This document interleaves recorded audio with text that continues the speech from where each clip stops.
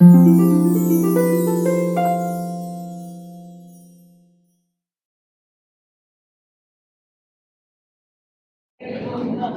you all to a very special lecture today evening. It is my great privilege and honor to be introducing the legal luminary who is going to be addressing our lecture today evening, Senior Advocate Norma Alvares. Norma ma'am was designated as a Senior Advocate this year by the Bombay High Court. After serving the High Court litigants in different variety of matters for over 30 years. As one of our lawyer friends put it quite nicely, I thought, the bestowal of a senior gown on Norma ma'am was more of a symbolic statement because amongst both judges and lawyers alike, she was already regarded as a senior advocate for years and years, with everyone asking her practically every year. 4 judges in fact came and told her, why haven't you applied for senior, and that the senior gown is missing something without you in the list of senior advocates. One of the things that they take into consideration when designating an advocate as a senior is what pro bono work have you done? How have you given back to the community, to the public? And one factor of this is public interest litigations. If you look at the work that ma'am has done over the years, the number of matters, the percentage of matters she's taken up is pretty close to 100%, because more than 400 PILs have been filed and argued over a variety of courts, the High Court, the NGT and the Honorable Supreme Court, by ma'am in her past years of experience. The latest feather in her cap, or her senior gown, I should say, is that she was appointed as an amicus curiae, or friend of the court, to the Andhra Pradesh High Court to assist the court in a matter of illegal sand mining. Now, this appointment didn't happen out of the blue. Last year, when the then Chief Justice of the Bombay High Court came to Goa to sit for 2 days, he had a brief interaction with ma'am in one of the matters of sand mining that she was presenting before him.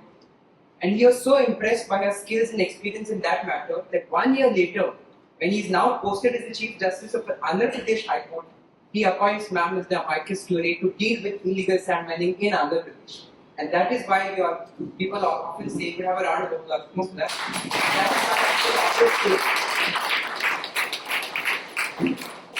And that is one of the hallmarks of a great lawyer, that no matter how limited his interaction with the judge may be, the impact you make on him in that limited amount of time is what is really lasting.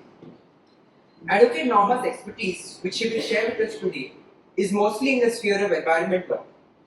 She is an expert in all aspects of environment law she has argued over the years. And her forte is not just getting these laws implemented, but looking for and continuously working towards developing and advancing these laws to ensure the best possible ways of protecting the environment. Environment law in India is a field which is not more than 4 decades old, starting in the 1980s with the legislation like the Air Act. And in Goa, ma'am is regarded as one of the first lawyers who took up environment law matters in Goa when they started. Something like the CRZ notification 1991. At that time when ma'am started practice, she was practically the only lawyer dealing with CRZ matters. To the point where, off the record, judges would come to her asking for advice sometimes on, could you do some research on this and help me out in the matter, and so on and so forth. Because there was nobody else who was exclusively dealing with matters like ma'am. At present, Norma ma'am is a member of various authorities and committees dealing both with legal matters as well as animal welfare matters. Norma ma'am is a member of the State Legal Services Authority. She also manages a statewide volunteer program for the identification of garbage black spots across the state. This is one of the responsibilities she took up in the course of her about 15 years of handling the Suomoto garbage matter, which I informed you about. She is a member of the Goa Animal Welfare Board. And in addition to her legal work, her vast amount of legal work, she also supervises the running of 2 major animal shelters for Ponda and Vasco cities and surrounding areas. Last but not the least, Norma ma'am is the country's first and only Padma Shri nominated exclusively for her animal welfare work. Please give her a big round of applause. For the animal welfare work, which includes the halting of dog shooting and bullfights. And I think I've gone on long enough, but one thing that always had me wondering is, ma'am has had adequate and sufficient legal assistance in the form of juniors for maybe, let's say, the last 10 years, because that is when people were really working full-time in the office. But before that, it was just her and Dr. Claude for the vast majority of her 400 cases. And sometimes I just sit and wonder how she used to manage everything, because it is not just running about here and there and arguing matters and preparing and drafting. She's really a disciplined and skilled in everything that I could possibly think of, and that's just what has made her the advocate she is today. And warm welcome once again to us.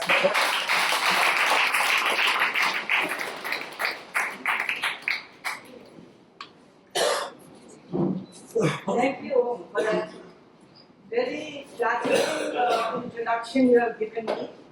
I'm very honored. I don't know how much research he sat and did. Must have not done some work for me in court matters researching all this. So, today is the last lecture of this course, because the next one is a panel discussion where the questions are going to come from you to the panelists. And today I have the task of trying to convert you all into lawyers. It's my business today to see that those of you who want to be the lawyers can become lawyers in your own matters, not in other people's matters. But the other day someone on the side said that, I can't do a case because lawyers are expensive, and true they are.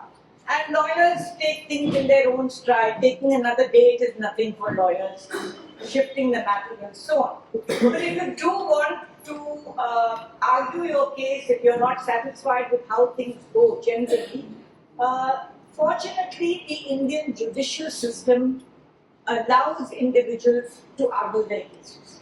So I have got a very heavy board, I was going to say, because we're used to that word, a heavy program today. One is environment laws, which I am going to skim because that is not what that is the laws. We sent you the note out, you can find out about the laws and so on. I want to extend a little bit more in detail with judicial principles and how to file a PIL. Okay, next one. Now it all began with the Stockholm Declaration of 1972. This was a worldwide conference of heads of states from across the country who got together for the first time in 1972 to ponder the problems related to environment. They, at that time, 3 decades before the turn of the century, they felt that environment was an issue. And they came up with 26 principles which they agreed on.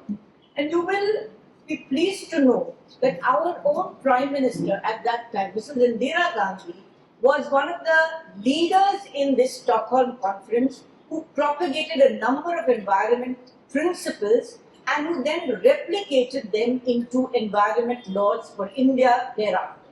So among the main principles is that we have a fundamental right to freedom, to equality, and adequate conditions of life. Adequate conditions of life translates into Article 21. And Article 21 of our Indian Constitution, which is the right to life, includes the right to food, the right to well-being, the right to decent living, the right to proper air, anything that is required for what we consider an adequate condition of life is part of Article 21. Because the Supreme Court has expanded it again and again to say, well, this is necessary. It's not just that you have a life and that you're living, but that you should be able to live well. So a lot of the petitions, any PIL, will go under Article 21. You must include Article 21 as part of your PIL. The second important principle was that we have a duty to protect and improve the environment for the present and the future generations. This relates to a principle which is known as the principle of intergenerational equity, which I will come to, which means that we must protect the environment not just for ourselves, but also for the next generation, which therefore means we cannot finish it all up today, but we must keep it for our children and children to come. Third is that the earth cannot take damage beyond a point. Yes, we damage the earth every day. We dig, we bulldoze, we bring down mountains, we make dams, we barricade the rivers, we do a whole lot of things. But beyond a point, the earth cannot take damage. So whatever we are doing, whatever activities we are conducting, we must see that they are within limits respecting nature. And today you have floods, you have a whole lot of earthquakes, you have heat waves, you have rain in December, you have all kinds of things because of climate change.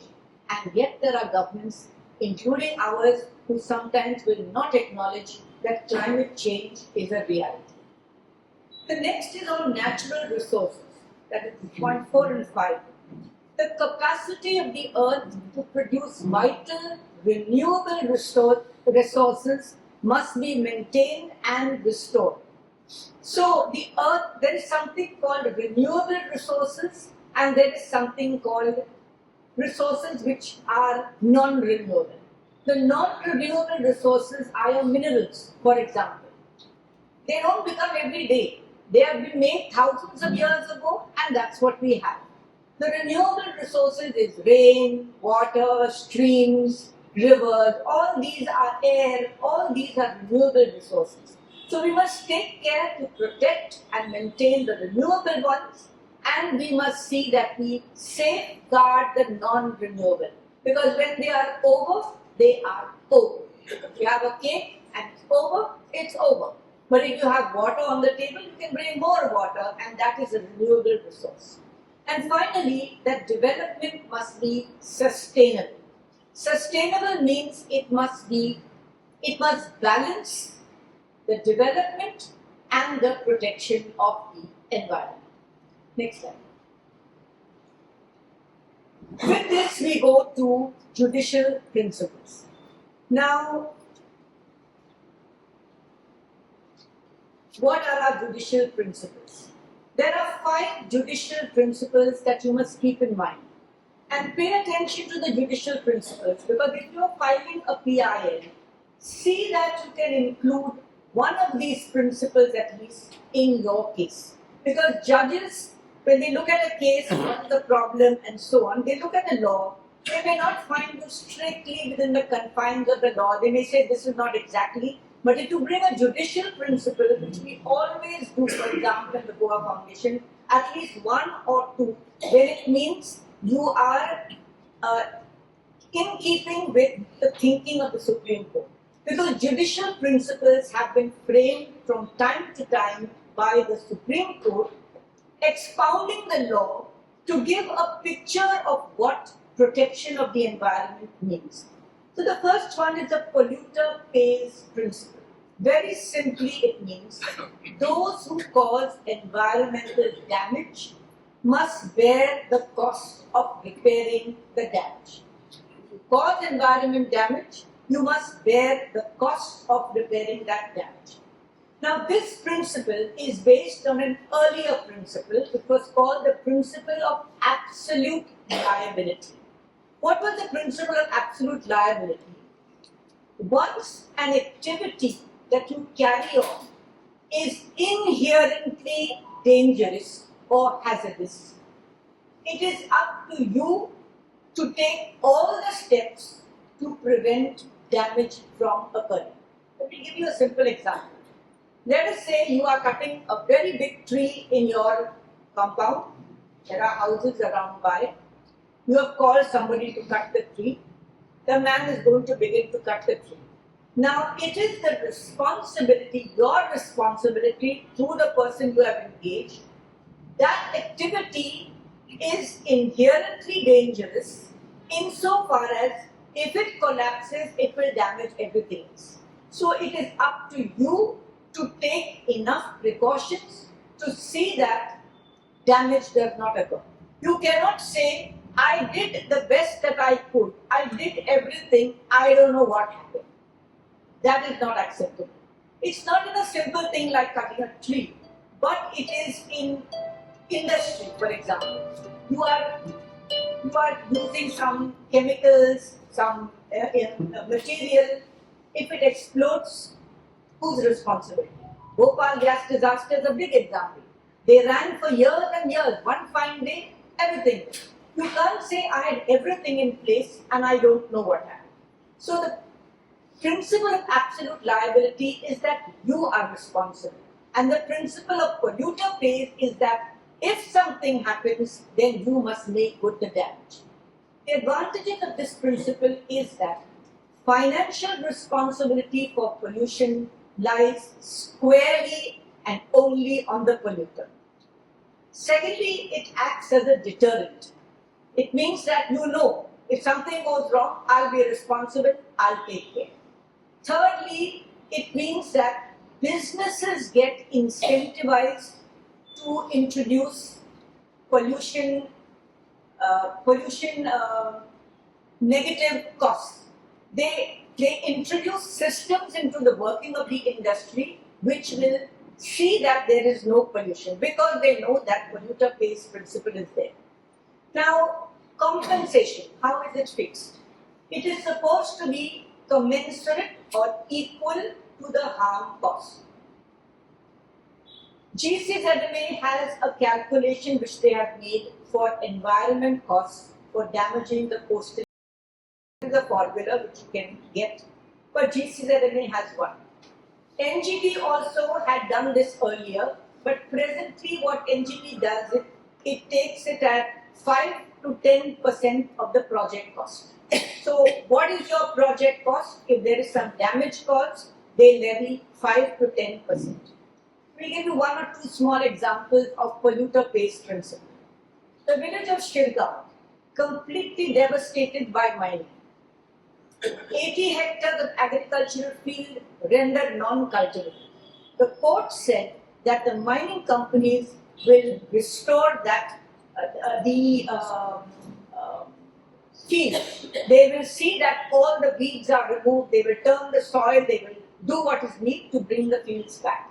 The mining company said that it is not our pollution, they have not caused it, and there is no proof of it. The High Court said that is separate. Right now, you will pay. They pleaded a bit, and so the court asked them to pay 50% of the cost, and 50% was taken from the District Mineral Foundation. But the case is still going on because the state is arguing that under the polluter pays principle, the entire cost of 4 crore must be paid by the 3 mining companies. There was another case where there was a hotel run, it was called Shrem Resorts. They destroyed the coastal area, the patch of land which was on the coast, adjacent to the high tide line, and the GCZMA has levied a cost of 2-point-something crore on them as environment costs for polluting the environment. The second principle is the precautionary principle.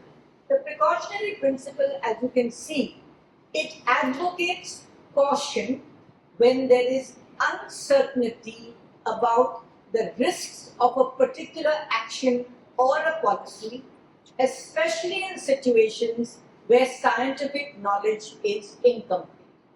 So you have, let us say, a factory which is going to open. The person says that, well, this we have done our research and this is our way of doing it about it. But the science of it is not completely proved. And as a citizen, you believe that there may be some risks involved. In this case, the precautionary principle would apply because if the scientific results are not entirely clear on the ground that we must apply caution rather than full proof, you can invoke the precautionary principle. We have invoked the precautionary principle a number of times. For example, in mining is mineral ore is a non-renewable resource. We argue that we do not know what is the total content of mineral ore available in the state. And the Supreme Court accepted that, though we could not prove it. We said, according to various researchers and so on, it will be about this much. We could not prove it. But the Supreme Court put a cap of 20 million metric tons maximum for the year on the state of Goa. This is under the precautionary principle because in the precautionary principle, the burden of proof to show that the activity is benign is on the polluter. It is for the industry, it is for the hotel company, it is for the mega project, mega residential project, the gated community project, whatever is happening, it is for them to show that their activity is benign. I will tell you frankly that mostly the court does not ask the community unless it's an industry to prove that they are benign. But what they do is a few things. One is they try and ban or restrict the activity. So for example, in mining, they said, well, yes, we can see that mining mineral ore is exhaustible, but we will cap it. We will restrict the amount you can take because we are applying precautionary principle. We don't prevent ore. Second, they can require additional research before proceeding with the project. In the case that my colleague talked about, Oshel Spring, there is a residential project coming close to the Oshel Spring. We argued that the residential project at such a close distance from the spring could be in the catchment area of the spring. It would undermine the water resource, and that is the only resource for the village, and general PWD water is not enough. So the court insisted that the WRD make a study and come up with whether that project within 30 meters or just at 30 meters from the spring is going to be environmentally benign or could cause damage. We had produced a hydrological study which said that the catchment area is circular and the spring could be affected. The water resources filed a report saying that the project is not likely to, but it may. The court said, look, we don't understand this word may. We understand yes, we understand no.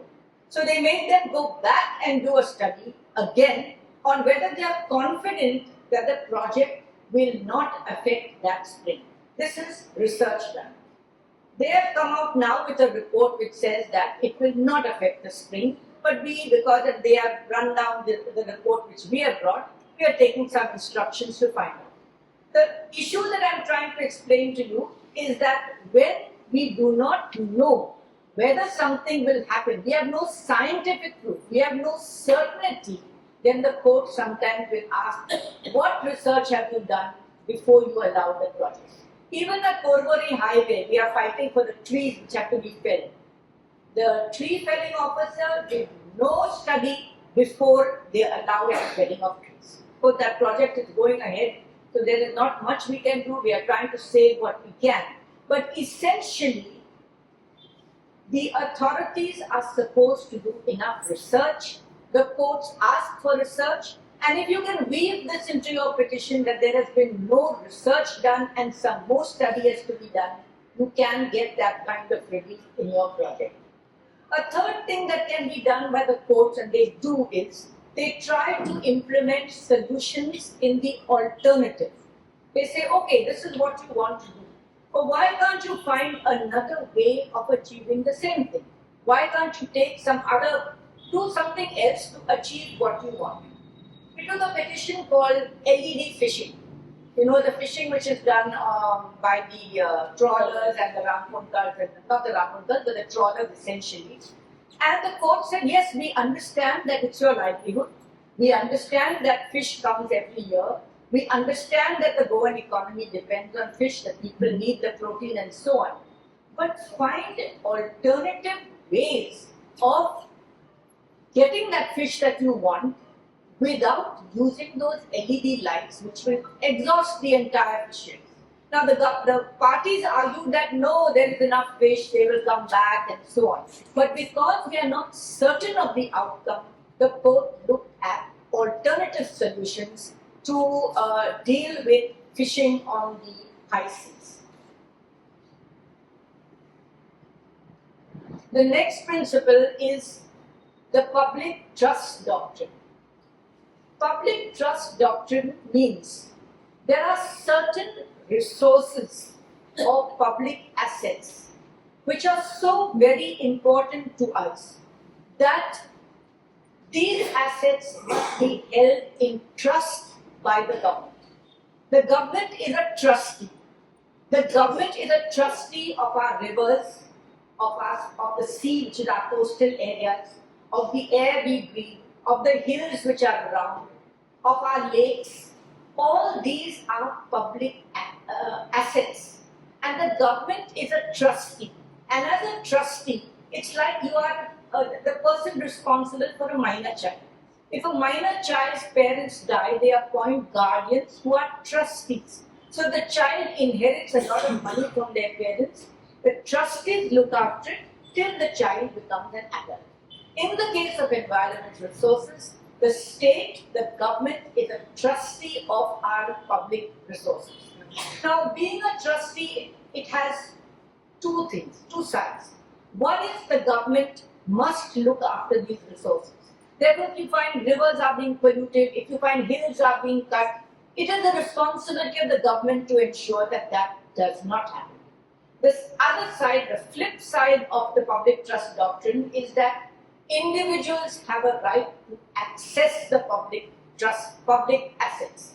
You cannot say that the beaches we get a lot of money if we have tourists coming, and therefore certain parts of the beaches are closed. You cannot access the rivers. You cannot be allowed to climb hills. You cannot look at public lakes. You cannot go by that side, and so on. So, as individuals, as citizens of the state, we have a right to access the public resources, which must be maintained by the government. A good example was Sr.Adv.Norma. Sr.Adv.Norma tried to block the access to the Wangini beach, and the court invoked the Public Trust Doctrine. In fact, they gave an access which led onto some rocks. The court invoked the Public Trust Doctrine and said that you have to make an access which is accessible, not an access for Namke Vasti. Oh, that's the road which is there. But you have put all your things on it, it leaks somewhere, it's very difficult, people can't go through it. So the court made the Sr.Adv.Norma give the access to the center of the property, which was a short distance to the Wangini beach. They said that, oh, this will destroy the holistic nature of our resort. But the court said nothing of the sort, and there is a 3-meter road. They have, of course, put some things which block people from going into their hotels and so on. But it's a straight road down to the beach. Sustainable development. Sustainable development recognizes 3 things. They must intermingle in balance. Environment protection, social justice, and economic progress. All 3 are interdependent. Environment protection, all are environment resources.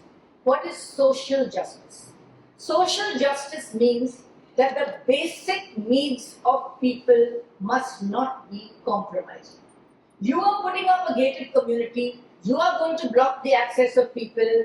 That is not social justice. You are compromising the nature of their access to their properties. You are putting up a project, they will be deprived of water, social injustice. So social justice means fairness to all. Those who are getting the benefits of the property and of the project, and those who are outside the project. So it cannot be that you do a project, you do an industry which benefits so many number of people who are within your community, and you don't bother about what happens outside. It must balance both. And economic progress is long-term economic progress, long-term growth. So when there is a balance between environment protection, social justice, and economic progress in the long term, this is sustainable. You know of the 3 infrastructure projects through the Bhagwan Mahavir Wildlife Sanctuary. They argued economic progress, necessity for these projects. There was the high tension line, there was the double tracking of the railway, and there was the expanded road highway. This is, they said, economic progress. This is necessary for the country to grow. We argued environment degradation and social injustice also.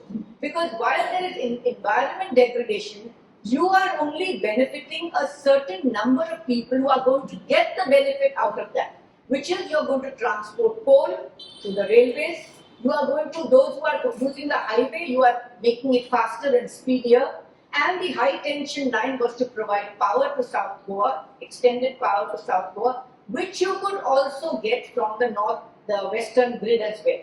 So there was no balance in the sustainability of the project, and the Supreme Court then said, no, you cannot cut down more forests for the high tension line. The Supreme Court said, do a fresh study for the railways, and the highway project has not come up before it. So there is a balance which you can argue, because in our petitions we can admit that there is economic progress, but we can say that the economic progress that is not balanced with the social injustice and with the environment degradation. And the last is the principle of intergenerational equity, which emphasizes the responsibility of the current generation to ensure that the future generations have access to the same or better resources. We cannot say that, well, this is required for our living, we want to do this, we want to do that, we want to fly jets, we want to go into space, we want to do all this. We don't know what will happen tomorrow. That is not possible. Very, very strong case was the mining case. Mining sort of emphasized many things. In the mining case, we argued that if we finish the ore reserves, what will be left for the next generation? And that is why the capping, and that is why the permanent fund, Goa Iron Ore Permanent Fund. What was that fund? Every mining company, whatever they mine, a certain percentage of the money has to be put into a permanent fund which the government will not touch but will be kept for the future generations. Now you could say, well, money doesn't buy everything. True.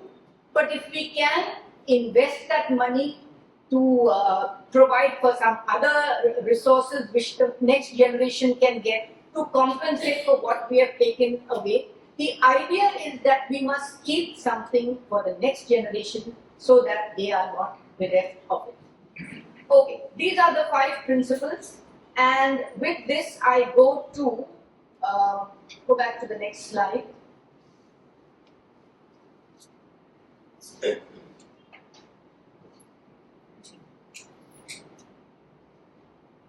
Okay, these are the major environment laws. I am just reading them, I am not going to explain, there is no time. So the major environment laws which you can invoke in a petition: the Wildlife Protection Act, the Forest Conservation Act, the Water Prevention and Control of Pollution Act, the Air Act, Environment Protection Act, Biological Diversity Act, and the National Green Tribunal Act. Legal terminology, next slide. You need to know what is the legal terminology which you will come across. Acts. What are acts? They are laws made by the legislature. They are the basis of your PIL or your petition. Rules. What are rules? Rules are provisions to implement the act. You have a car, it's got everything, but no petrol. Can't move it forward. So the rules tell you how the act will be implemented, how the act is going to proceed. And one thing you have to remember is that the rules cannot go beyond the act. You know this famous 17-2 case which we are arguing for the last so many months, we have been arguing, and I don't know whether we have to re-argue it. 17-2, the act said that if the government finds any defects, any problems in the regional plan, the government will direct the chief town planner to correct them. Simple. Government finds the problem, government will tell chief town planner, correct it, chief town planner will correct the regional plan document. The rules said, besides the government, if individuals find any problems, they can make an application which we will consider and we put to the government, and the government will then direct us. We are arguing that the rules are going beyond the scope of the Act. So rules can never go beyond the Act. The Act gives you the limits. The rules must be within the framework of the Act. Otherwise, it is illegal. The rules can be set aside. Notifications.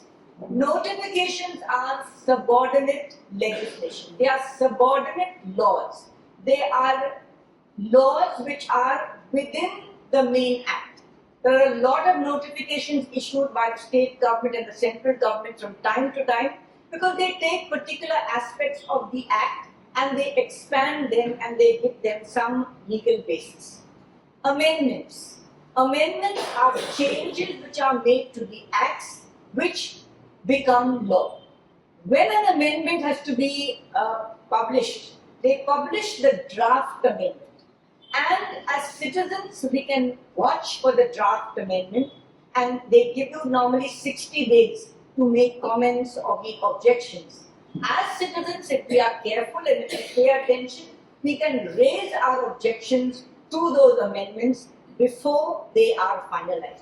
Because tomorrow if you want to challenge an amendment to the Act, the courts usually ask, did you file any objections? And if you say, I didn't file any objections, it doesn't look that good when you want to challenge the amendment. Office memorandum. There's something which comes with an OM, Government of India, Government of Goa, Office memorandum. It has a date, it is signed by some joint secretary or somebody. Office memorandum are usually guidelines, they are usually circulars on how to carry on the Act in certain aspects. But office memorandum is not law. And anything which is not law cannot override the law. And you can, if you think the office memorandum is wrong, you can continue to apply the law, and if you are challenged, you can say, point out the defect in the office memorandum. But a circular and office memorandum cannot take the place of a provision of law if it happens to be contrary to law. For example, long back there was the Environment Protection Act, and the one of the clauses said that everybody had to get an environment clearance. The industries had to get an environment clearance. But then there was circular issued extending time. We are giving you 3 months time. We are giving you 3 months time. We are giving you 3 months time. When we went to court, Supreme Court said, no, that is not the law. The law was that by a particular date, you will get the environment clearance. All circulars stand illegal. They are not particularly law. And the last thing is standards, which is the levels beyond which pollution is not permissible. Noise pollution, for example, there are standards. Beyond the standard, you cannot pollute. Air Act, Water Act, they all have standards beyond which you cannot go beyond. Next. I'm going to do only one act because I don't think I will have that much time afterwards. So, Environment Protection Act is your most important act. The definition of environment is very wide. It includes water, air, and the land. The interrelationship between water, air, and land, human beings, other living creatures, animals, plants, microorganisms, and property. So everything is covered under the Environment Protection Act, and Section 24(1) of the Environment Protection Act says that the provisions of the Environment Protection Act have an overriding effect over other laws. Which means that if there is a law in the state which says something and the Environment Protection Act says something else, then the Environment Protection Act provision will prevail over the local law. Now the next slide. These are examples of the various notifications and rules issued under EPA. So all of them are superior to any state law.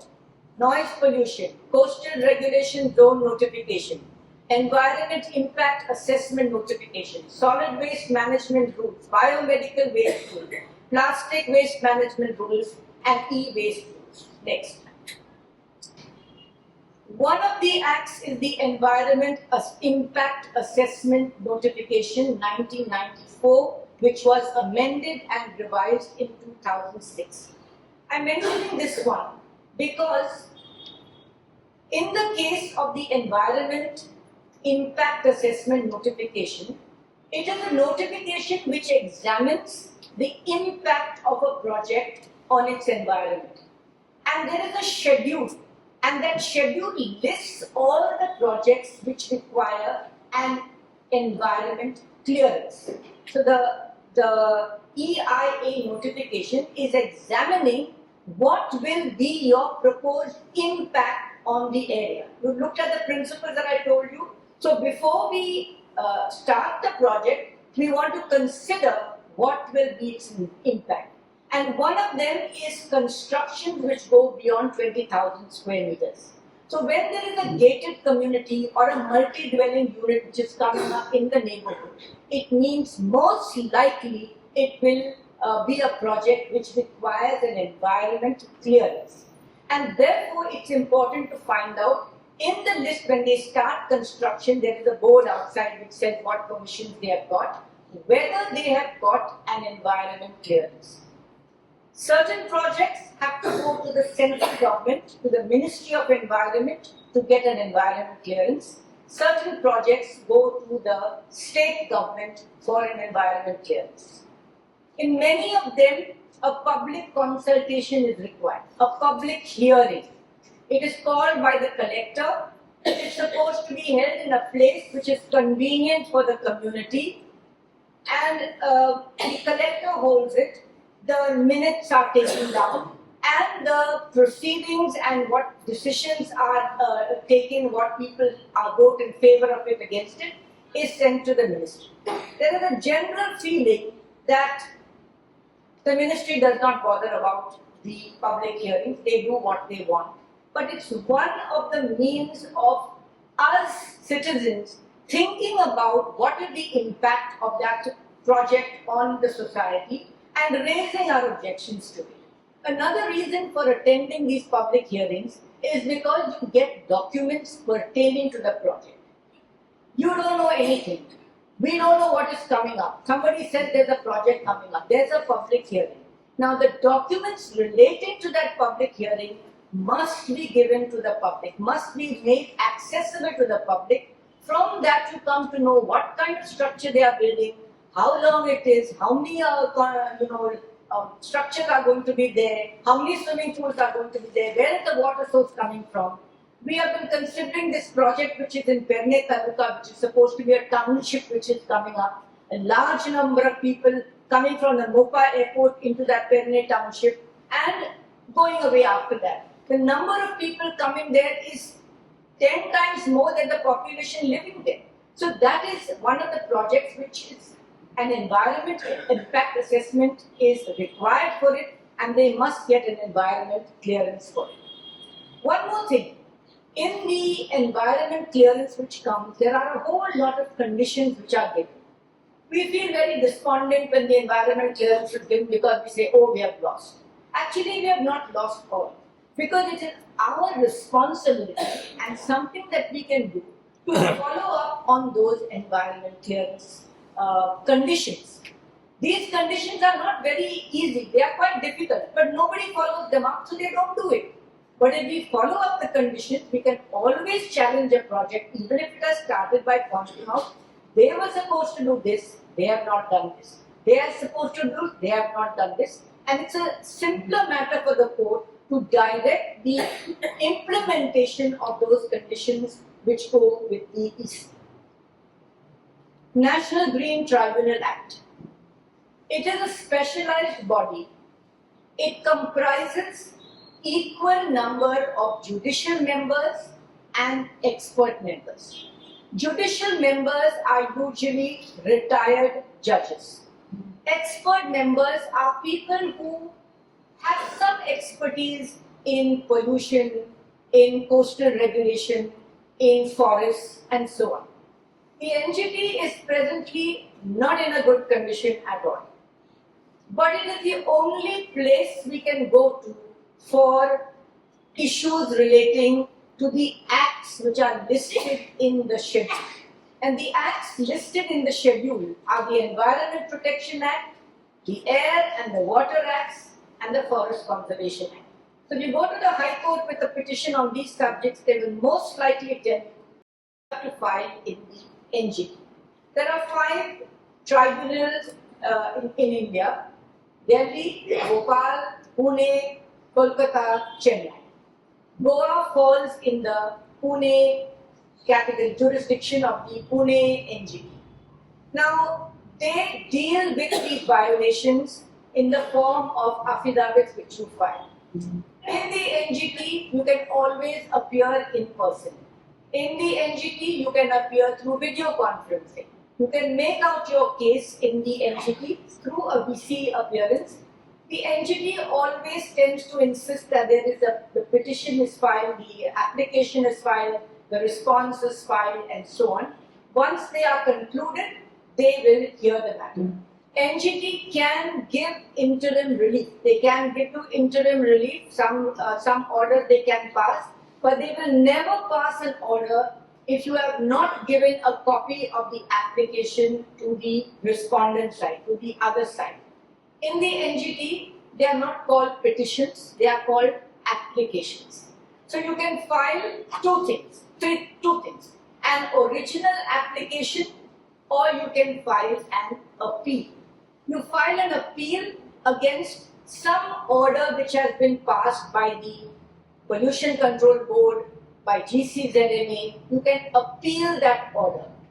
But you can file an application if there is a problem that you are finding with a particular project, with a particular industry. There is pollution. You can file an original application pointing out that this is a problem in the area. They are not doing several things and our river water is getting polluted or our wells are running dry and we want some interim relief. There is no study been done. We want a project to halt until the court gets until the NGT, the tribunal, gets some clear idea on why this is happening. Usually for pollution matters, they are willing to grant some kind of a stay on the activity till they consider it finally. It's a very simple matter. The two judges, the judicial member and the expert member, they sit together and they discuss with you. Some people go to Pune and argue, but they are absolutely okay with looking at matters from the legal side. So the 3 types of sections that you have is section 14, where you say that there is a substantial environment damage which is caused. You can file that within 6 months. So the problem has arisen, you have noticed the problem. Within 6 months of noticing the problem, you must go to NGT. So because NGT has a very strict limitation on taking up matters beyond the time. You have to file it within 6 months. If you don't do it within that time, they won't accept it. You can file under section 15. This has very rarely been used. I don't know if it's anyway used. Restitution of environment damage. Let us say, for example, take Shirgam. Your whole village was devastated. It's done for several years. Your village is devastated. You want the environment damage to be restored. You can file before NGT within a period of 5 years' time. And there is appeals, which you got a very short time within 30 days. That is really very, very short because by the time you get information, the time is over. But they grant you another 60 days of extension where you can explain, I could not come to the NGT for this reason, or I did not get documents, or I was studying them, or whatever. So maximum outer limit of 90 days for an original application. Next. How are citizens empowered under the laws?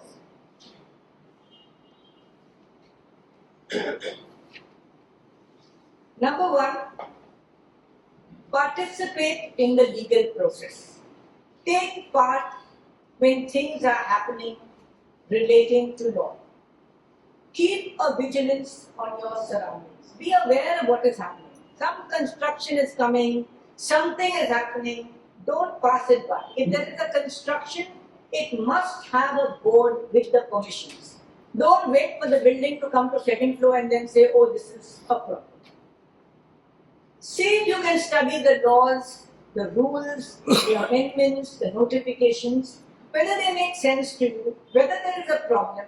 Consult with people who may know things about this. File your comments and your objections to draft notification. Now you may say, I don't understand this, but go to somebody who can understand it and put it in your name. You don't know the impact of a large number of objections that are filed that it has on government. When the CR's and draft notification came out, there were thousands of objections which came, which forced them to reconsider. If one or two NGOs file it, they don't even bother. But if large number of citizens go to a public hearing, attend the public hearing, participate in it, there is an impact which is created on the administrators, state and central. So make time to participate in these things. Don't say that I don't know what I will say. Ask somebody what you should say. Give your name, let it be recorded, your village, your telephone number, and make your protest. Check compliance with the standards and the condition. Nobody does this. They feel very sad when they have lost or they consider they have lost. But find out, were they supposed to plant 2,500 trees on the periphery of the property to prevent air pollution? And have they done so? Many conditions of the environment clearance are that you will plant this, you will pave the roads outside, you will put high netting to ensure that the polluted air does not escape. Very few people follow. So check the compliance. Now these are all things which you can do as a normal citizen in your own way without knowing too much. Once you have done this, or as you do this, you will also find the courage perhaps to file petitions which you can do in an appropriate court. You can take it to a civil court or you can take it to the High Court. Which now takes me to the next aspect of my talk, which is how to draft, file and argue a petition. Okay, I have gone fast enough so I have got some time. Alright.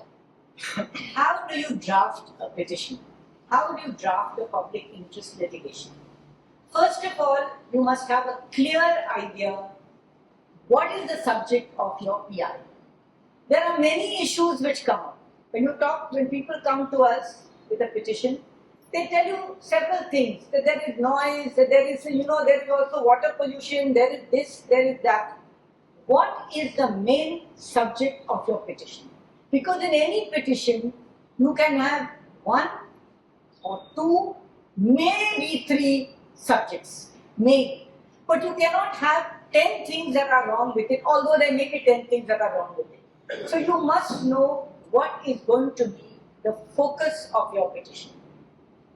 If a road is being constructed, the highway, and there are trees alongside it which are going to be, what is the focus of your construction?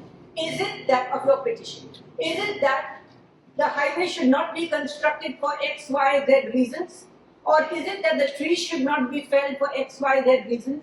What will be the focus of your petition?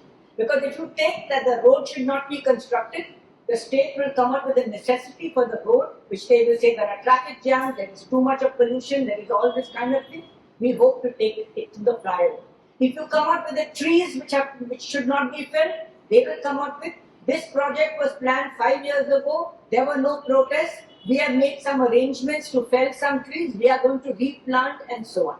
So what will be the focus of the subject of your petition? Second important thing is always make a site visit of that project. When I say make a site visit, it means several things. Not just go there and look, maybe you know what the project looks like. Look at the project as how the judge will look at it. You know what the problem is. You know that the project is coming up on the slope of the hill and the settlement is below. The judge doesn't know it. You will take a photograph of the construction coming up, you will put it in the court, you will say that you will describe it, but in your petition, try to focus on how you can best show the judge what is the scenario. And if you can do this with the drone pictures, with a picture of the landscape, with a description.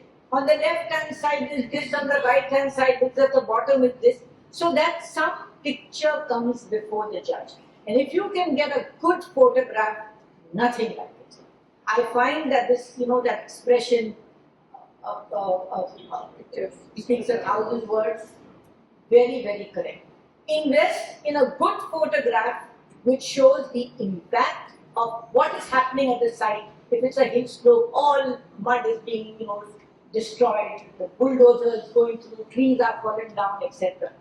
The impact of a good photograph is one of the best things that you can show in a petition. You can also take recourse to making a sketch, because sometimes you still can't visualize exactly what the land is like. So you make a sketch which shows project site, river, below it, settlement, this side, fort, that side, whatever, a sketch, so the judge gets an idea. So when you're describing your project, you're describing the impact, the judge can see it the way you do. For all the petitions that I have argued, I always say, show me the site, take me to the site. Because what happens also is, the other side will argue, no, that is not the case, it is this, that is not on this side, that is not on that side. And then if you have not seen the site yourself, which I don't think will happen in your case, but as a lawyer I do so many, if you have not seen it yourself, you get flummoxed, you don't know what they are explaining and you don't know how to counter it. So a site visit, photographs, sketch, drone pictures, sketch, everything is important. Thirdly, use the RTI Act to get information. The project is coming up, you don't know very much, use the RTI Act to get information. If you don't get the information, still go to the court, because there's something called latches. You see, you don't want the project to come up. By the time your RTI is not being granted, you have to go in appeal. You heard the other day about RTI, you have to file the first appeal, you have to file the second appeal. By the time your appeals are settled, the project will be up, the court will say, where were you? Therefore, file the RTI, go to the court with whatever facts you have, and inform the court that this information is not available on the website anywhere. I have made an RTI, I require this information, but I have already come with the limited information that I have for the case that I have. But use the RTI, because that is the tool now. We have no reason to say that we don't know things about the project. And when you get the information, you get permission to amend your petition and put your extra facts into the petition. Find the applicable law. Maybe you need some legal help, some lawyer that you know. What laws can I use? What provisions of the Act can I use? What judicial principles can I quote? Because these are very important. Write a demand for justice letter. What is a demand for justice letter? You cannot go to the court without giving an opportunity to the government to remedy the problem that you are raising. You are raising a problem of pollution. You want to file a petition against some industry. You don't tell anybody about it, you go and file a petition. The court will ask you, who have you made a representation to before? You say, no, I've come to the court. The court is the last recourse. It is not the first place that you turn to. You may write a letter to the governor, you may write a letter to the chief minister, but you must file a representation before the appropriate authority. The appropriate authority is the person who has granted the permission, who is named as the authority in that act which is being violated. Sending a letter to the chief minister is extra. Sending a letter to the governor will probably have no impact. They are all extra. And if there are 3 departments which are involved, or 4 departments that are involved, please invest in independent letters to each. Don't make CC Department of Industries, CC Pollution Control Board, CC GCZNA. The CC people will not take any action because they will say they are just being copied. They are just being told FYI for your information. They will not act on your representation. So make independent letters to these authorities, each of the authorities which you think are responsible for the problem, telling them of what is the problem and telling them towards the end that if my problem is not remedied, please take notice that I intend to file a petition in this subject before the High Court. So they are put to notice and you have made a demand for justice.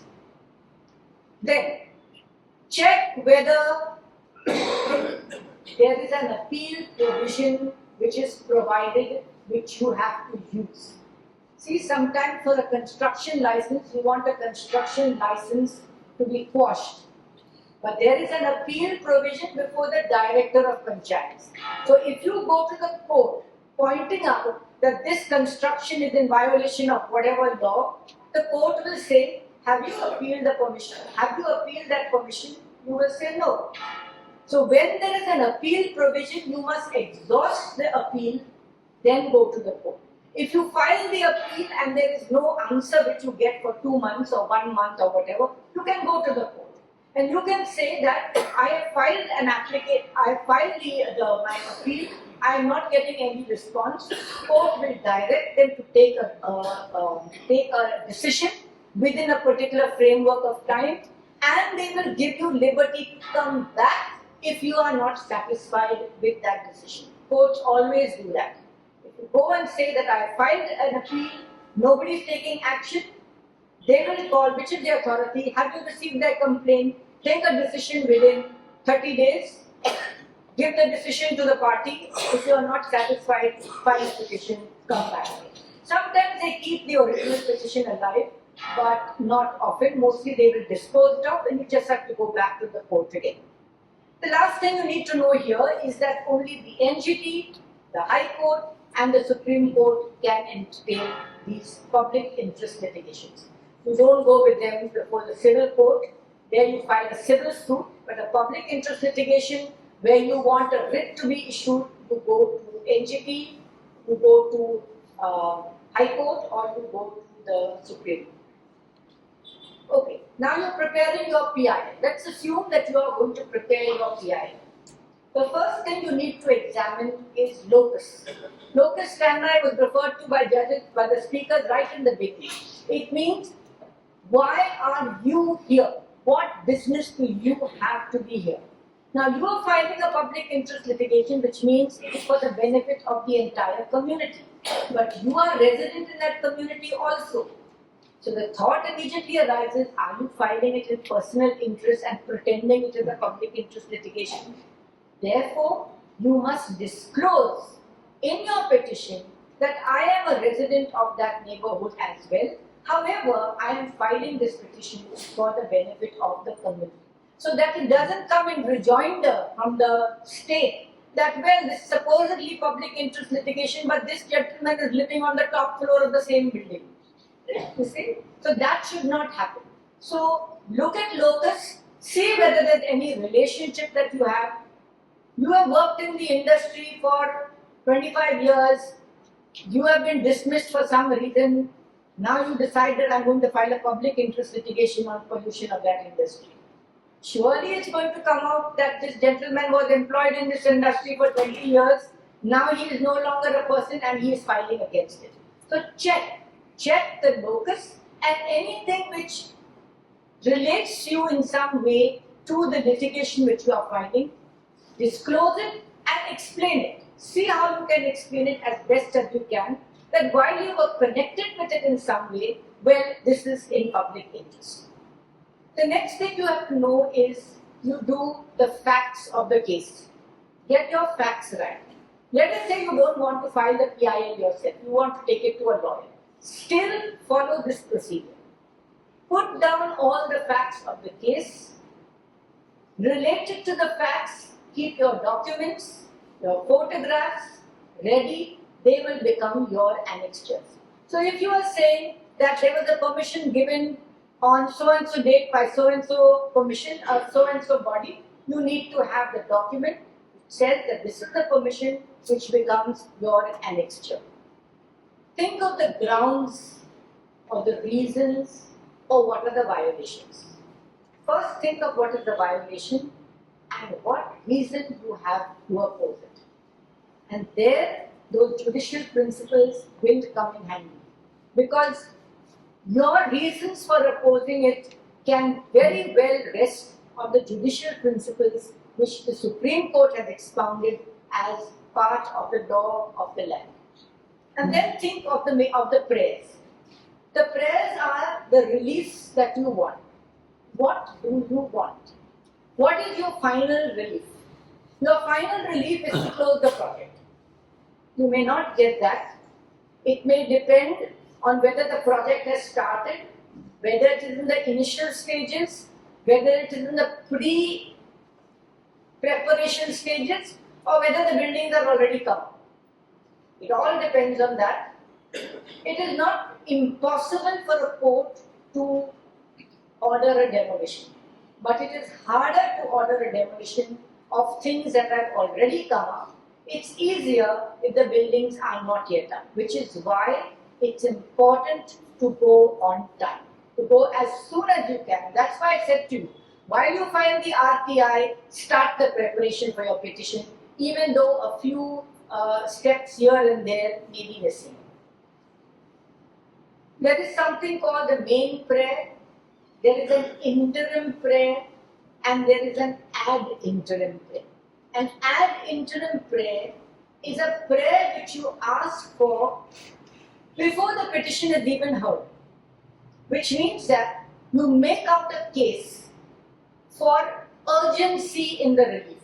For example, if your petition is about a project which is going to come up, and according to the information that you have, 1,500 trees are going to be felled, and already 30 trees have been felled. You ask for an ad interim relief to stop the felling of the remaining trees until the court has heard the matter. So the court may say, all right, what's the point? If all the 2,000 trees are felled, then what are we going to give? What relief can we give? So the court is likely, in such a circumstance, to give you an ad interim relief, and they will say, place the matter after 2 weeks for the state to give its response. So for 2 weeks, those trees will not be felled. Then the state will file its response, and the state may say we have got these permissions, or we don't have these permissions, or whatever. And then the court will look at interim relief. So if you're asking for an ad interim relief, it is something which is urgently required, because if it's not given, the petition will become useless. There will be no point in the petition if everything is over and done with. Next. Last thing is PIL format. At the top of the petition, you have something called a cause title.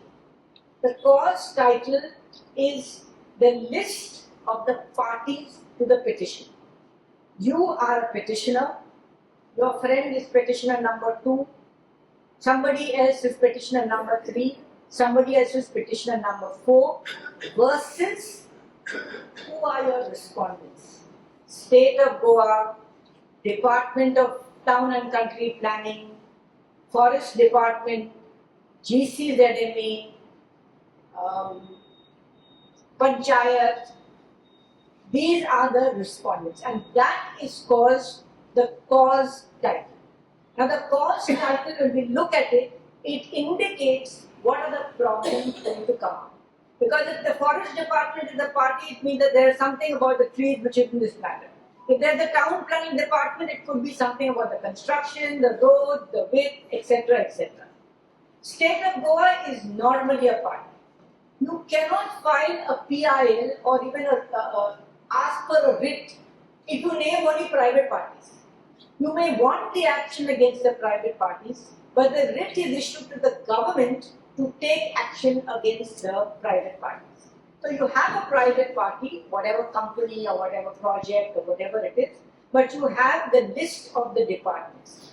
Now, when you file in the NGT, please make sure you include every department that you need, because NGT tends to charge money for every amendment. High Court does not charge.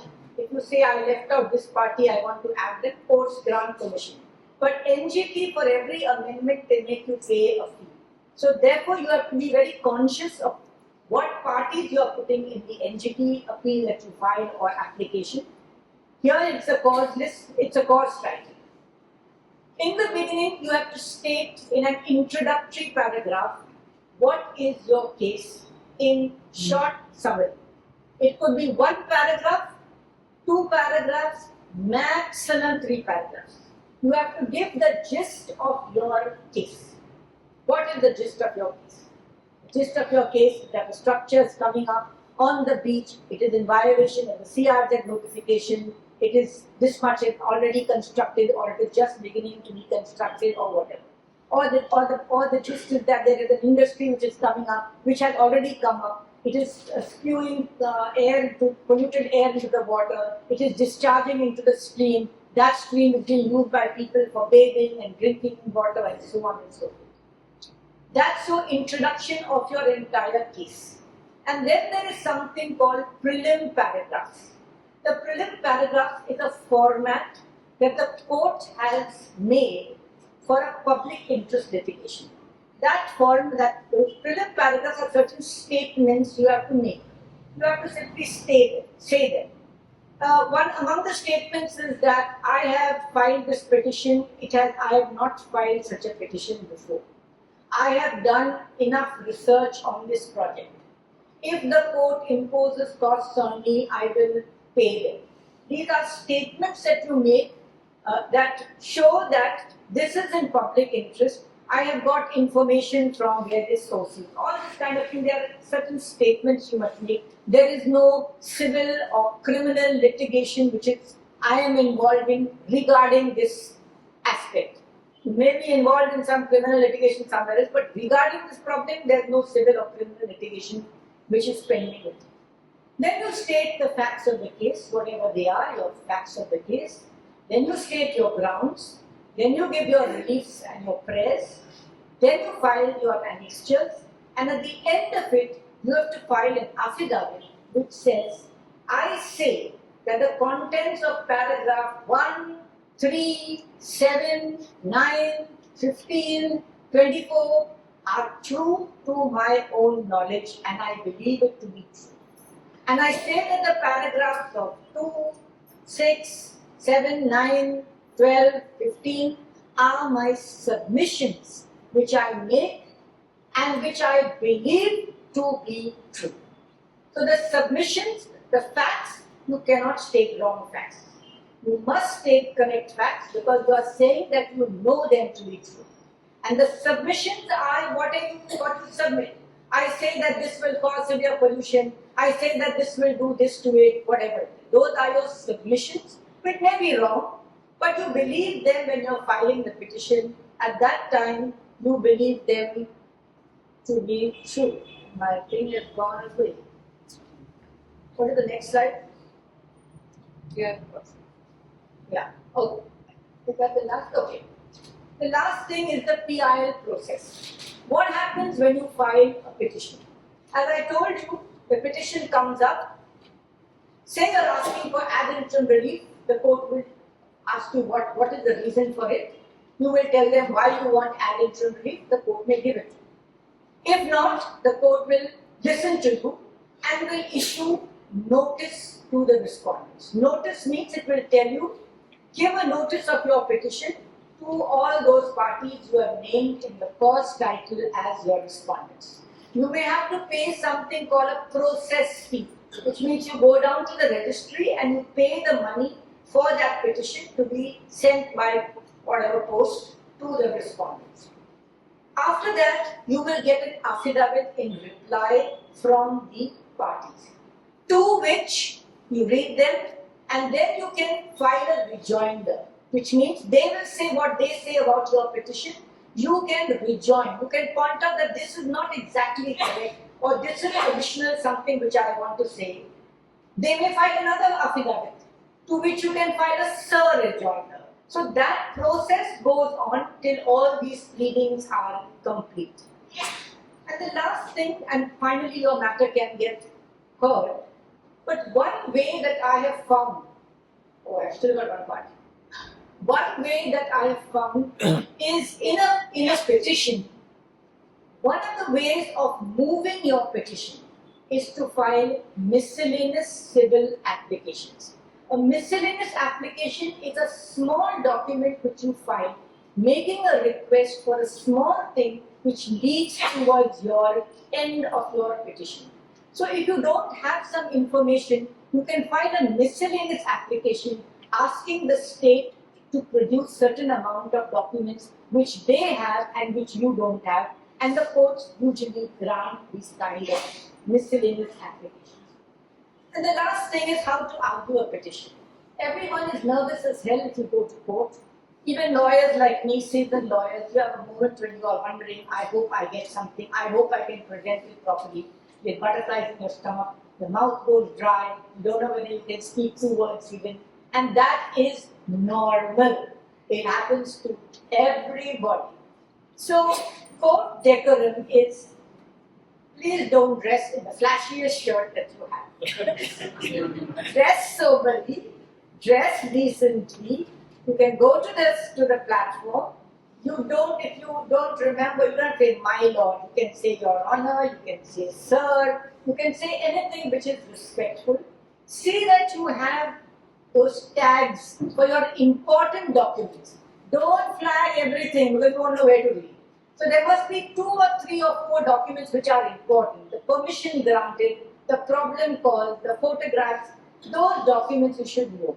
Be prepared to make a small statement to the court on what your problem is and why you want it. Then the court procedure is they issue notice and the affidavits and so on, go on.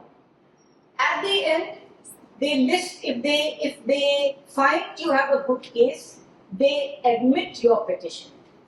If your petition is admitted, it goes for final hearing. And when it goes for final hearing, you can give your entire case, they give you time to argue, present your case, the other side will present their case, all the lawyers, you will rejoin and you will get judgment. After you get judgment, if the judgment has got certain things that are to be carried out, certain directions in the judgment, the court may say, we are not stopping the project. However, this project will give us interim reports from time to time on this aspect or that aspect. See that you follow up on the judgment.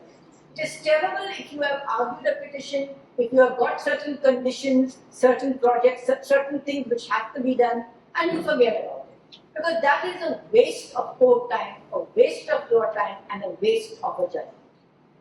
So, there is an appeal you can take to the Supreme Court where you can file an SLP, but for that you would normally need a lawyer to handle the matter in there. So now do you feel confident? What? Yes? No? Somewhat willing to try? Yes. So if you're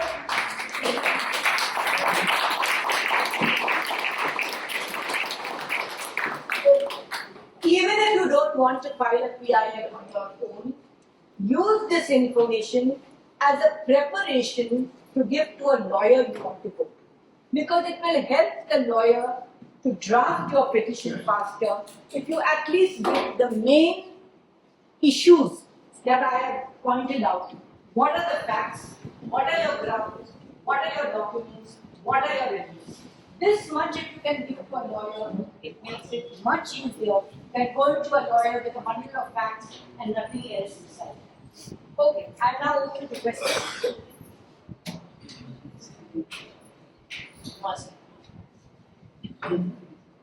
Yeah.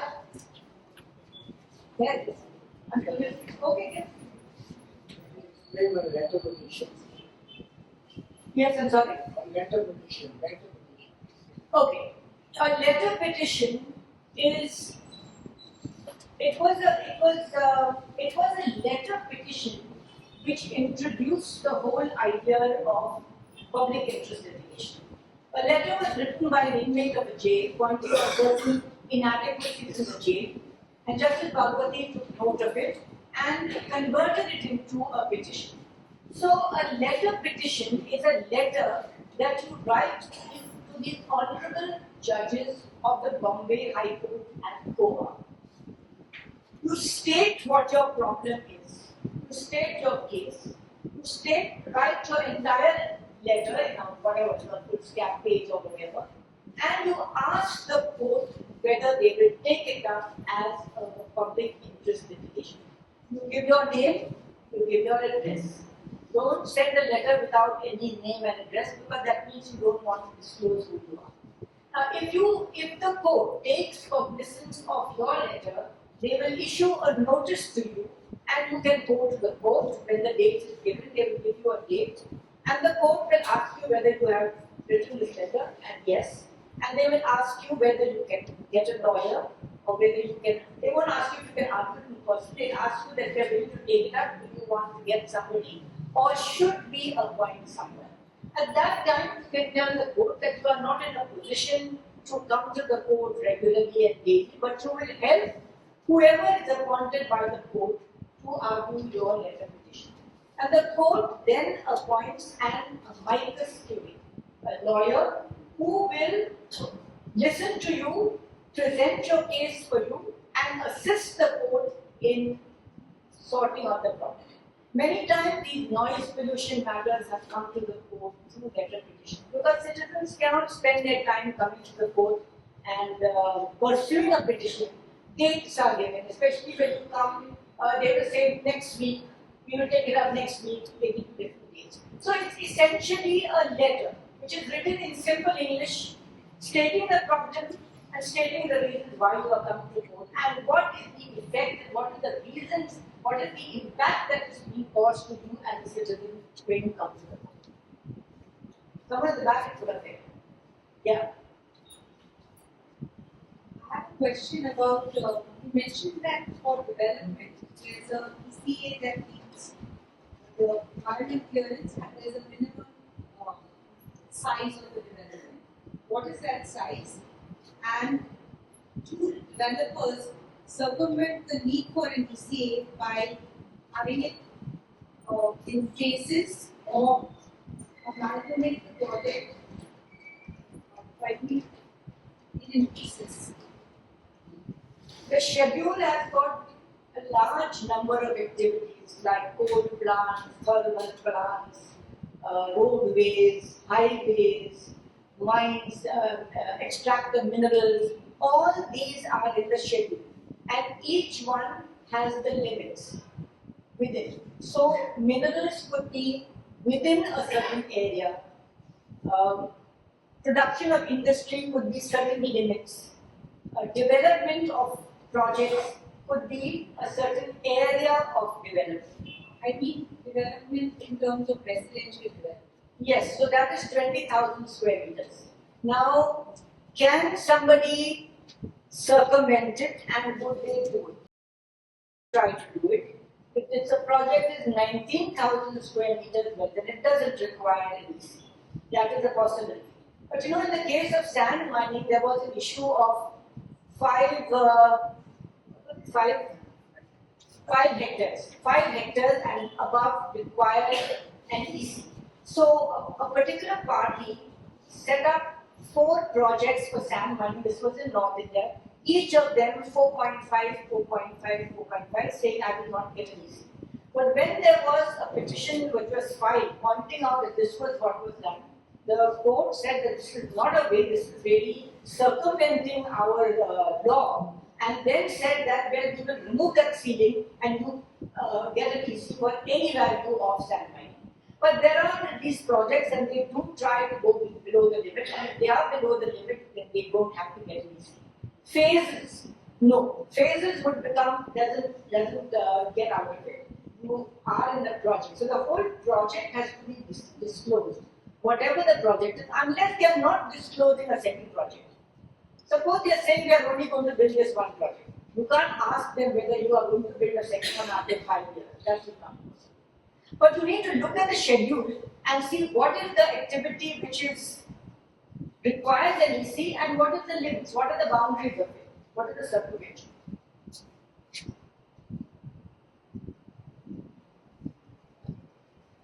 Two people there, yeah.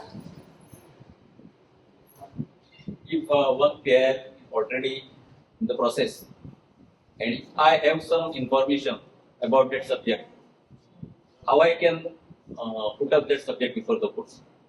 For that court? You are supporting the PIL in a way.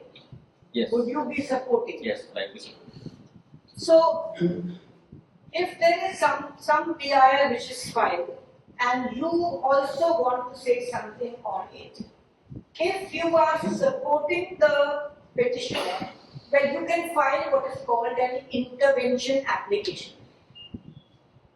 You are intervening in the petition because you also have information on the same subject. So you disclose what is the, you don't have to disclose what is the information that you have, but you disclose that you are a resident of that area and you are interested in this subject, you have done certain work on it and you wish to intervene. But I will tell you one thing, sometimes the court says, are you supporting the petitioner? And if you say, yes, I am supporting the petitioner, then the court sometimes says, why don't you give that information to the petitioner so that we have one petition which we can deal with. But if you are opposing the petitioner, they will join you as a respondent. If you are an affected party who has not been joined or who wants to say something, in many of our petitions, for example, the parties who are opposing what we want seek to file intervention. And they are usually, I never oppose an intervention. I always say this is a public interest litigation. Whoever wants to come can come and argue whatever they want. Because the subject matter is controlled by the petitioner. You cannot bring your own subject which takes it away from the main subject.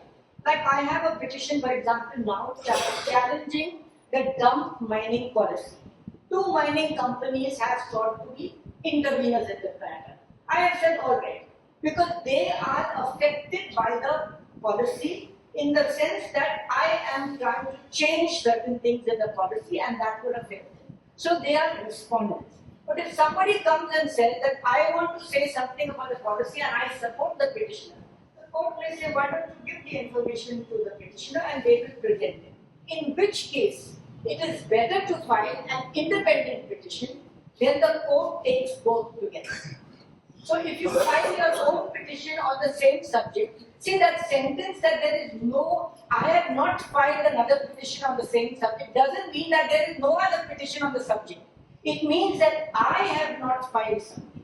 So it's not that you are saying that this subject has never been done by anyone before. So you can take a chance in filing an intervention application which will make you part of the petition, which will enable you to enter it. Or you can file a small petition yourself, independent, and say that the same subject is dealt with in so and so petition. Please tag mine along with that. Then you are an independent petition. Yes. Can you give references to other judgments passed in other cases of similar nature? Of course, it's very important. It's very important to have. I did not go into judgments because you may not know, but that is called case law. It's very important that you quote what is said in a particular judgment. How do you do that research? How do you find that some cases similar in nature? Is there a way? My great researcher is here. Tell them how you find it. Normally what I do is, I first try and understand what is the point we are trying to make, what violation we are saying is happening. Is it like I just do a simple Google search. Once you do a Google search, it gives you different sources. It gives you case discussions, it gives you news articles, it gives you legal analysis, all these sort of things come up. And then you just keep going to them till you find something relevant. So it's a bit of a research intensive process, but you tend to get. So what would be an example? Is there a way, like on the High Court's website itself, there are categories where such cases are High Court websites will help you give you details of a particular case if you know but if you want to do research, like for example, you can use a site like Indian Kanun or Case File. if you type in your legal principle, for example, water pollution, no action taken, I'm giving you an example of a phrase, you will get cases discussing this. So that's a good place to start. Websites like Indian Kanun or CaseMind where you can search for cases and discussions on points. And when we file an application for petition, do you need to give copies of it? Even do you need to submit the copies along with it for the respondents, or does the registry do that job? You have to give a copy for the state. Advocate General must get a copy. So you have to file one copy. When you file a petition in the registry, you have to say that, or you have to get the stamp of the court on your petition or of the Advocate General office, that you have to get. Then it will come up for the court. I forgot to tell you that you can also mention matter. There is something called mention, which means you can file, and if your matter has not come up for a week or so, you can go to the court and say, I have filed this petition and I need some urgent relief. Therefore, I would like the matter to be called up. The court will give you next week. You will get your matter. One copy has to be given to the Advocate General. They may say that we are going to represent town planning also and forest also and GCW we will not represent. Please give us 2 other copies to give them the further copy. But otherwise, you have to give copies only after notice. And suppose if you have already filed a petition and the respondent has filed a reply, you file a rejoinder, and the respondent has sought time to file a surrender. So in the first attempt, they don't file a surrender. In subsequent attempt, again they don't file the surrender. So the court, if the court gives them 10 days timeline to submit the surrender. The next hearing when they come, they say they are ready for the arguments, they want to file the surrender. Can it be termed as a contempt of court? No. It's not a contempt of court. They ask for time for filing a cert rejoinder. So you go to the court prepared, you are waiting for their response to come, and they say, I would like to argue. You may not be ready to argue that day, so you can tell the court, please give me another date, because they said they were going to file a rejoinder, they are not filing one. I will be ready on the next day to argue if they don't wish to file a rejoinder. You can always take time to file, but it's not contempt of court.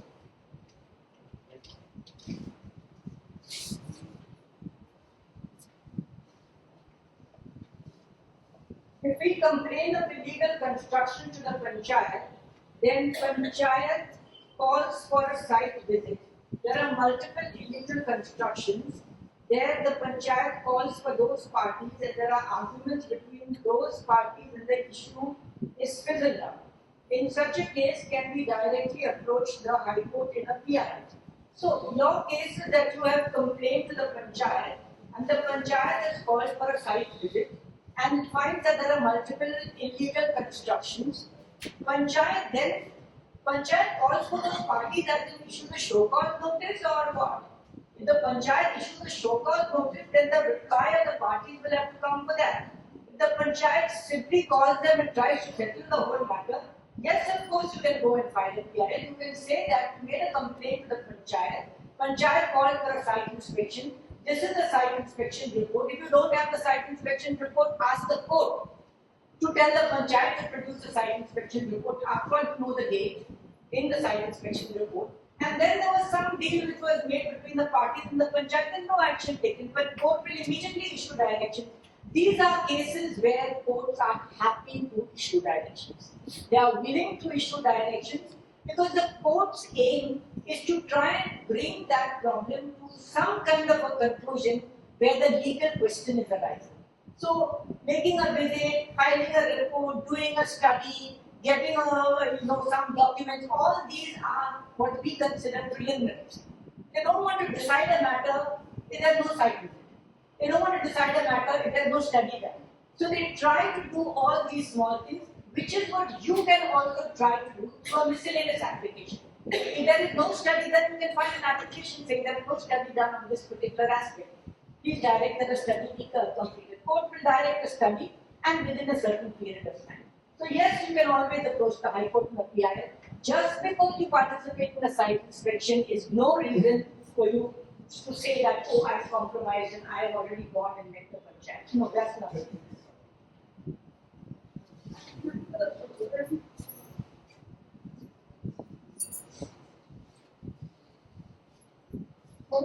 Portland Highway, for the Portland Highway, yes, the axing of trees that happened.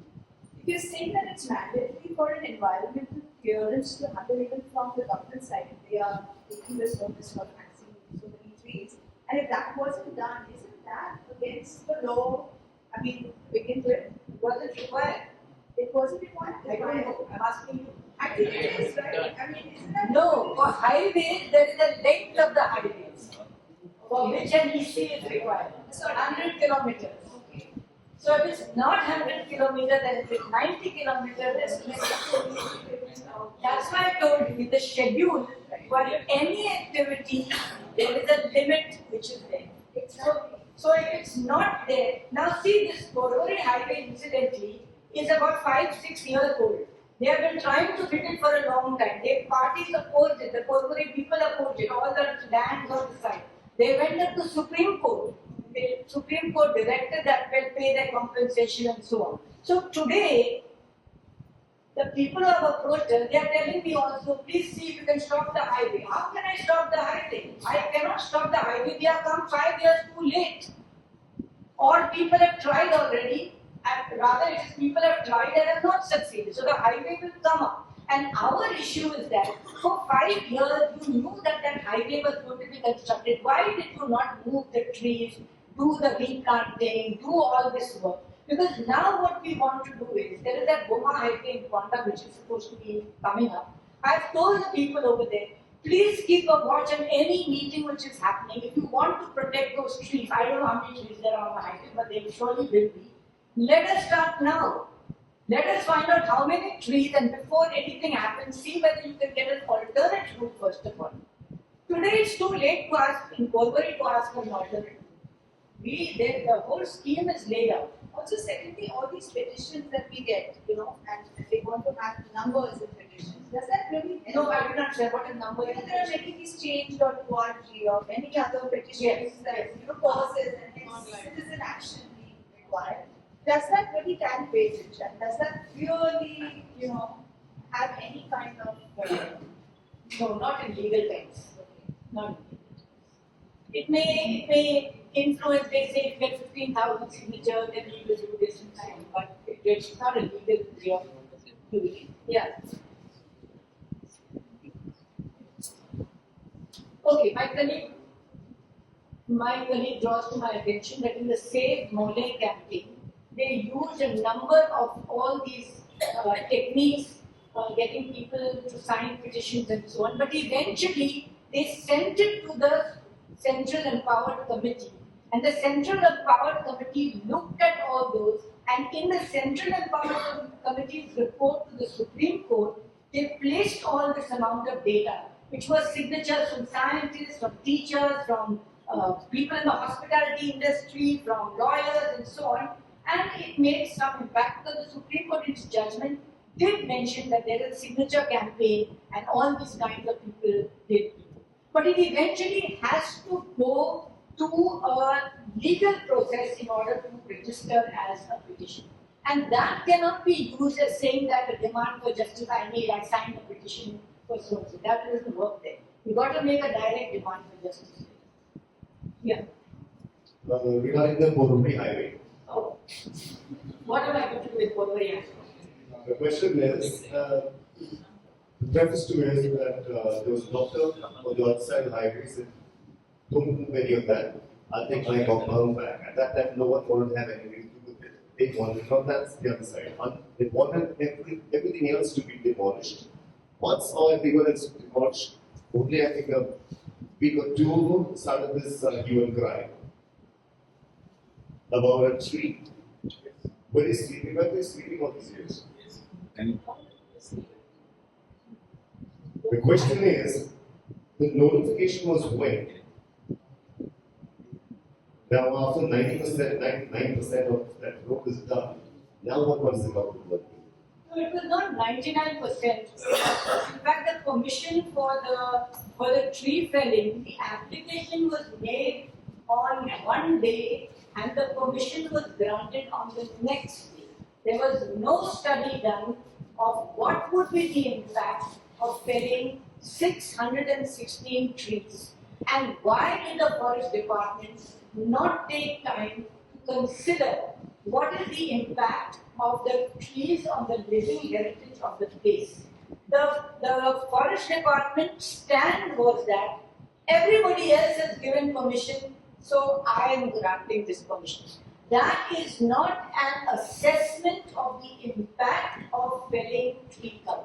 If forest department had said, no, we are going to do an assessment, even though you've got all the permissions, we are going to do an assessment, we are going to see what trees are capable of replanting, have we got the skills for replanting, and if these are 100-year-old trees, then we are not acceptable to just 3 trees per tree felled. Because these trees are providing shade, they are providing oxygen, they are providing a whole host of services. But forest department let us down because forest department the very next day sanctioned the permission. And court is asking now the forest department, please produce the study that you did. And what does the forest department produce? 100 pages of documents produced by the party for the permission.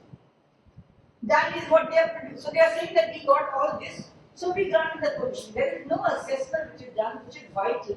But it's the first time that we are going to the court and pursuing this matter of grant of permission, especially on a large scale. And this clause that says you will plant 3 times the number of trees. Where will you plant it? They didn't have a single document showing where they were going to plant it.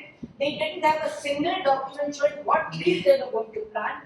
Now on the 24th of November, because the matter was coming up yesterday, or today rather, they have produced this information and they have given a whole list of trees which are to be planted.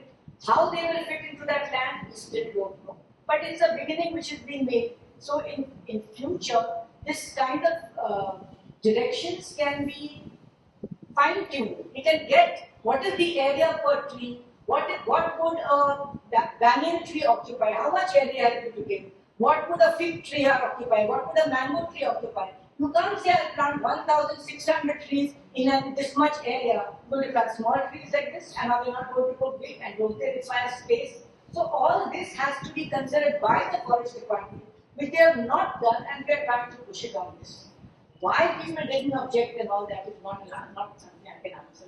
Yeah, Alex. So sorry, if I just interrupt the last 2 questions will night because the one going to that's Okay. On the same question of planting trees, the forest department is giving left, right, and center in construction sites where They can't see it. Okay, hello. yeah. So my question basically is this: if I take a particular area where the number of constructions coming up, mostly micro project, the number of trees to be cut and to be, number of trees that be cut, but the planting of the trees, even for any lay person, it is not possible practically because you require about 4 square meters according to the forest department. 1 meter this and 1 meter this side. And in say case 1 block where there is 10 villas coming, they have cut about 49 trees. Forest department is giving permission to stop it. And they have to plant 147 trees in the next planting season, which is happened now. And they are not, it's not possible to plant a tree, and they will not plant the tree because this is the trend across Rasa governments. So my question basically is, I presented this information to the camp because they are supposed to get to the tree planting of trees of the biodiversity. I'm saying what is my next step? Because I would like to do 2 things. One is to ensure that they plant the trees at one part. But to get also from the forest department all the conditions that have been planted, say for the last 3 years, and whether they have seen whether the planting of trees is done again. Is that possible? It is certainly possible to take a particular project, to say that these are the conditions, and to take projects which are going to start also, and say that you are going to fell these trees, which is the land where you are going to plant the trees. Identify the land. I think that's where we have to start. Because the permission is given, you have cut 100 trees, you will plant 3 times the number, which is 300 trees. where will you plant it? I think that we have to go to the state, to the court at a precautionary principle stage, where you can point out examples of several projects where the permissions have been given and nothing has ever come up, and no, nothing is possible to come up. Because there is also a penalty which the forest department can levy. And that penalty is just money, but you lose the trees completely. So why not take new projects which are being sanctioned for felling of trees, giving the example of previous projects and asking that no construction should commence unless the area is identified where the trees can be planted with appropriate area marked for these trees, and then only can a construction be commenced. That is one way of doing it. Another way is going to the court and saying that this condition is not met. But there I fear that penalty may be imposed and parties are willing to pay. Money is nowadays not a big deal.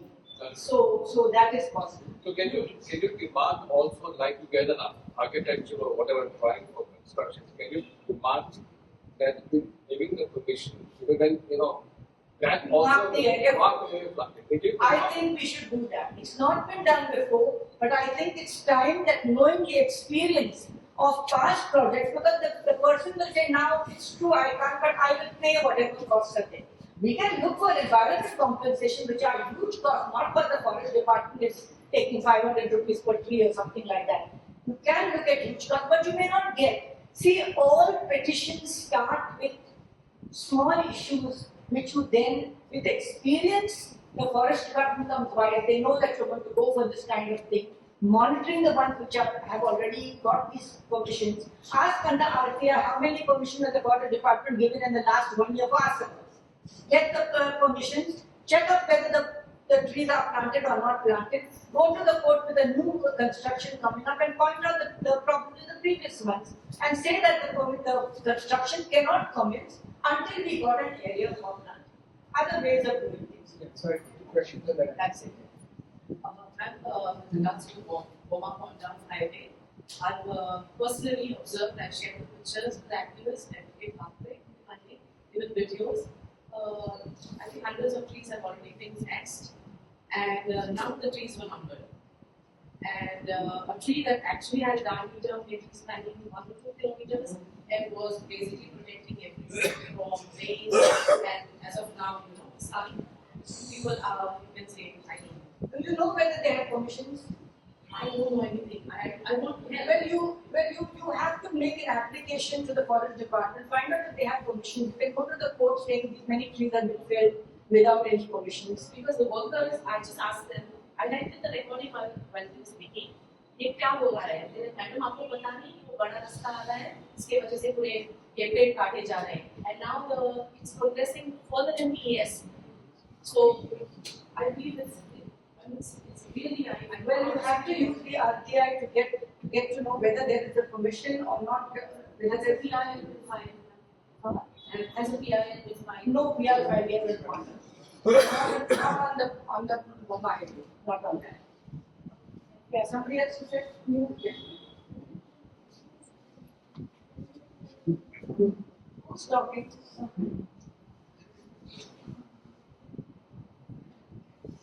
Thank you. I don't have any more questions left because you've already made them all. But I want to share with all the friends here my appreciation for when I had an issue, I approached you, and I want to show my gratitude that everything that you advised me for, I was able to use it to the best of your qualification. I'll put a problem that you had. Yes, I did take up the case, but I made him go and do certain research and get certain things done and so on. Yes. For that, I'm grateful. Thank you. Thank you. Thank you. This is regarding that. Yes. On the PWD, I inquired to the PWD department. They said,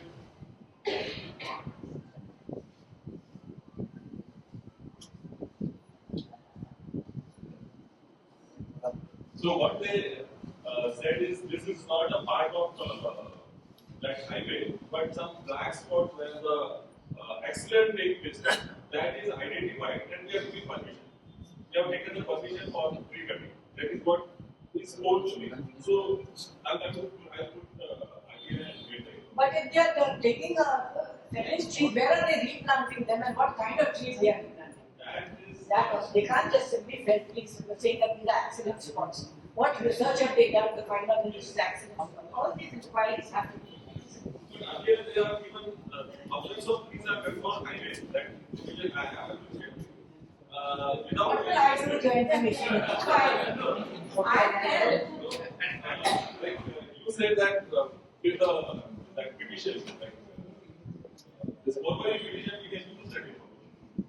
Okay, everyone, I think it's the last set of questions ma'am get free for tonight. It has really been a fascinating and enlightening lecture because we have learned all about the different parts of a PI, what the different elements of a PI mean, and how to incorporate environment laws and principles in the best possible manner so as to give you good chances of getting a relief for whatever grievance you're fighting for. On behalf of Bob Foundation and the audience, can we please have a warm round of applause for that?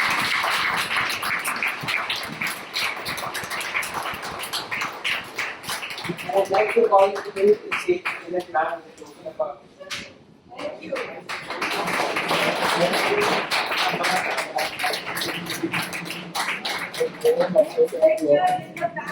Reminder to everyone about the grant.